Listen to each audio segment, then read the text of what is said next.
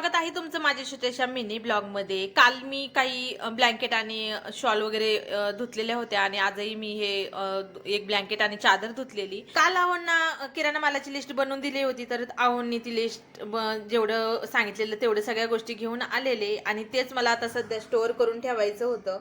एकदमच 1 महिन्याचा आम्ही किराणा माल घेऊन येत असतो आणि महिनाभर जाईल एवढ्या गोष्टी आम्ही स्टोअर करून ठेवत असतो। सोबतच आवडना मी मेहंदीची पुडी आणायला सांगितलेलं, केसांना मेहंदी लावायची, मला दिवाळीच्या आधी मी मेहंदी लावलेली, तर आता लावायची होती, तर ती आवडनी आणलेली आणि भरपूर मोठा असा लिक्विडचा पाऊच आणलेला भांडे घासायचा। तर विम बार पेक्षा हा बेस्ट राहतो, भरपूर दिवस जातो आणि भांडेही व्यवस्थित निघतात। आणि शॅम्पूच्या पुडीची तर भली मोठी माळ घेऊन आलेले आहो। आता 15-20 दिवस काही मला टेन्शन नाही। सगळं सामान मी डब्यांमध्ये व्यवस्थित स्टोअर करून ठेवलं आणि पुढचं काम हाती घेतलं।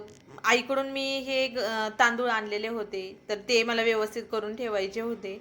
राशनचे तांदूळ आहेत, याचे इडली वगैरे पण खूप छान बनतात। मी भरपूर वेळा इडली वगैरे बनवत असते। सगळे तांदूळ मी व्यवस्थित करून घेतले आणि पुढे लगेचच मला गहू पण नीट करायचे होते। काल मी गहू निसलेले होते, पण त्याच्यामध्ये अंधार पडल्यामुळे मला काही खडे वगैरे व्यवस्थित दिसले नव्हते, त्याच्यामुळे मला त्याला परत एकदा हात मारायचा होता, त्याच्यामुळे मी तेही व्यवस्थित करण्यासाठी घेतले। या गव्हामध्ये भरपूर साऱ्या अशा गवताच्या बिया होत्या आणि काल चाळलेलं तरी सुद्धा आज परत भरपूर साऱ्या अशा बिया खाली पडत होत्या।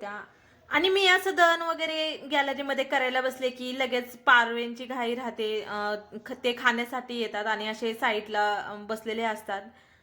जोपर्यंत मी त्यांना काही खायला देत नाही तोपर्यंत ते तिथंच बसलेले असतात आणि मी जे काही बारीक निघतं आपल्या गव्हामधून किंवा बाजरीमधून, तर ते असं गॅलरीच्या साईडनी ठेवत असते, म्हणजे ते येतात लगेच आणि खाऊन जातात।